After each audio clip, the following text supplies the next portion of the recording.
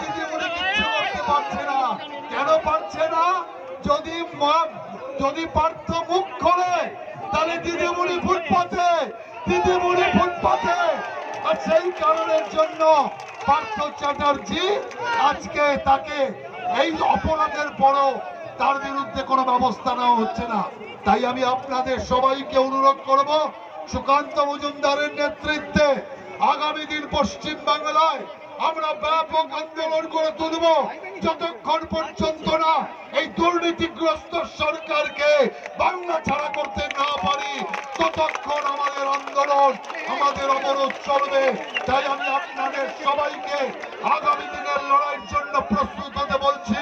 এবং আমি সঙ্গে সঙ্গে এখনো মমতা ব্যানার্জিকে বলছি, যদি ভালো চান, যদি শাসন মানে গঙ্গাসাগর যাত্রা করতে চান, দয়া করে এখন আর ধনকরজি নেই, এখন কাজ চালাও রাজ্যপাল, অতএব বেশি প্রচার হবে না। মাতারাম, ভারত মাতা কি, ভারত মাতা কি।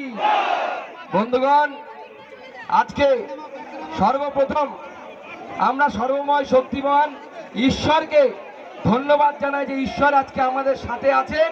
গোটা রাস্তা উনি ছাতা ধরে এসেছেন আর এখন বৃষ্টি দিয়ে আমাদেরকে পুষ্প বৃষ্টি করছেন, সেজন্য ঈশ্বরকে প্রথমে আমরা ধন্যবাদ জানাই। মঞ্চে উপস্থিত আছেন আমাদের রাহুল দা, আমাদের জ্যোতির্ময় সিং মাহাতো, রাজ্যের বিভিন্ন জেনারেল সেক্রেটারি, সহসভাপতি, সম্মানীয় বিধায়ক সহ সবাই যারা আছেন, আমাদের বিভিন্ন জেলার জেলা সভাপতি এবং অন্যান্য। আন্দোলনে